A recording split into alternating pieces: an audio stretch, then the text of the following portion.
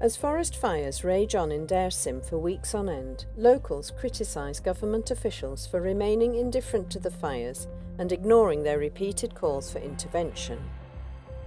For locals, these fires are also a reminder of the past, as great swathes of forest turned to ashes in 1995 in particular, as a result of operations of the Turkish armed forces against the Kurdistan Workers' Party, PKK, in the east and southeast of Turkey. Murat Yildirim, co-chair of the Dersim branch of the People's Democratic Party, HDP, believes that the state is starting the fires deliberately. Birileri bir mesaj veriyor bize. Siz söndürün, biz yapacağız. Siz söndürün, biz yapacağız. Oyunla yıllardır karşı karşıyayız. Bu Kürdistan coğrafyasında biz buna yabancı değiliz. Yani sırf Dersim'de değil, Kürdistan'ın her bölgesinde.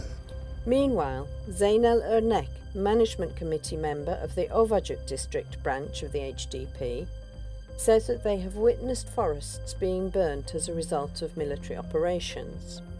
Bu arada çok sık operasyonların olduğunu biliyoruz. Helikopterle genellikle bu şeyler yapılıyor. Helikopter geçişinden sonra, taramalardan sonra.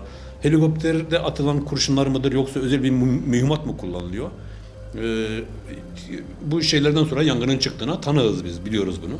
Musa Aydemir, a resident of the region, said that the state generally responds immediately to fires and natural disasters in Turkey, but that intervention is delayed when it comes to the Kurdish populated regions.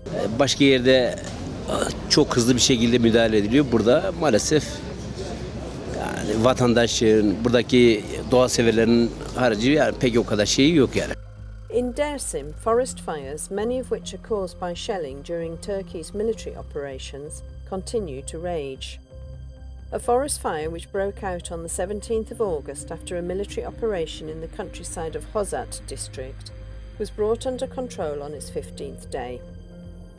A fire which broke out on the 19th of August in the Munzur Valley was extinguished on the third day, while the forest in Roj Creek in the Pulumur Valley has been burning since the 28th of August.